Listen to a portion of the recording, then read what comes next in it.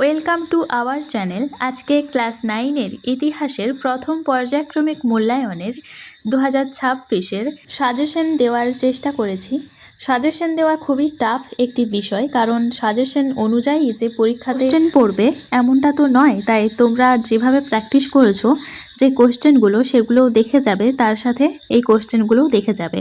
প্রথমে MCQ short question 1 নম্বরের। France ছিল ভ্রান্ত অর্থনীতির জাদুঘর কথাটি বলেছেন অ্যাডাম স্মিথ। সূর্য রাজা নামে পরিচিত ছিলেন চতুর্দশ লুই। ব্যাংক অফ ফ্রান্স প্রতিষ্ঠা করেছিলেন নেপোলিয়ন বোনাপার্ট। ট্রাফালগারের যুদ্ধ সংগঠিত হয়েছিল 21শে অক্টোবর 1805 খ্রিস্টাব্দে। ফ্রান্সের ধর্মকরকে বলা হতো টাইথ। করভি হল বেগার প্রথা। টিলসিটের সন্ধি স্বাক্ষরিত হয় 1807 খ্রিস্টাব্দে। ফরাসি বিপ্লব হয়েছিল অষ্টাদশ শতকে। এরপর 9 থেকে একদম 16 তাক অবধি যে কোশ্চেনগুলো দিয়েছি তোমরা নিজেরা ঘরে প্র্যাকটিস করবে আর কমেন্টে লিখে উত্তরগুলো জানাবে। এরপর এসএকিউ শর্ট কোশ্চেন, কাকে ঐশ্বর্যের ইন্দ্রপুরী বলা হয়? এটি হবে ভারসাই রাজপ্রাসাদকে। জেকোবিন দলের একজন ভারতীয় সদস্যের নাম টিপু সুলতান। ক্ষমতা স্বতন্ত্রীকরণ নীতির প্রবক্তাকে, এটা তোমরা কমেন্টে জানাবে। আমার ইচ্ছায় আইন উক্তিটি করেন চতুর্দশ লুই।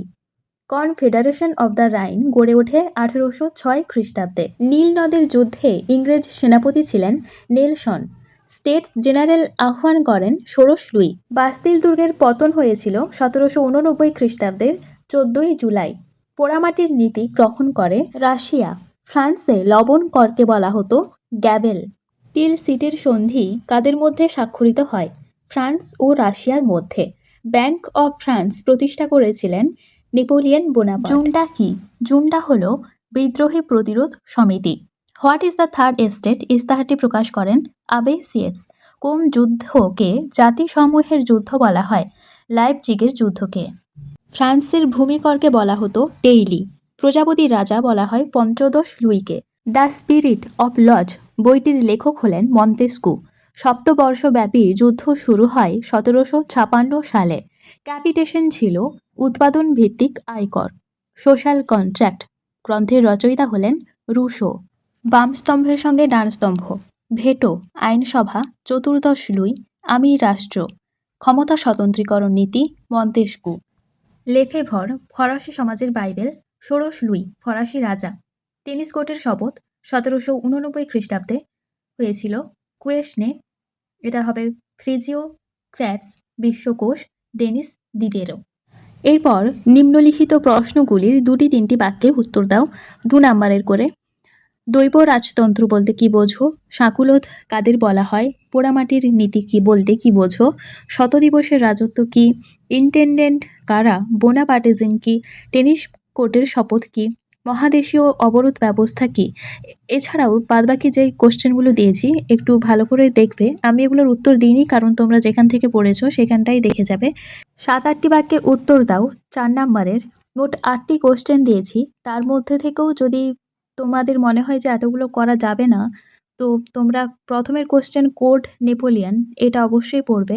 আর মহাদেশীয় অবরোধ ব্যবস্থা থেকে যতগুলো কোশ্চেন হয়, যেমন মহাদেশীয় অবরোধ কিভাবে নেপোলিয়নের পতনের কারণ হয়েছিল, মহাদেশীয় ব্যবস্থা প্রয়োগের কারণ, এই ব্যবস্থা কেন ব্যর্থ হয়, এই মহাদেশীয় অবরোধ ব্যবস্থা থেকে যতগুলো কোশ্চেন আছে করবে। তার সাথে সন্ত্রাসের শাসন আর বাস্তিল দুর্গের পতন, এইগুলো একটু ভালো করে দেখে যাবে। 15-16টি বাক্যে উত্তর দাও। কোশ্চেনগুলি লং কোশ্চেন 8 নাম্বারের। প্রথমের কোশ্চেনটা দিয়েছি ফরাসি বিপ্লবে দার্শনিকদের ভূমিকা। এই কোশ্চেনটা তোমরা প্রশ্নবিচিত্রায় দেখবে প্রায় প্রতিটা পেজেই রয়েছে।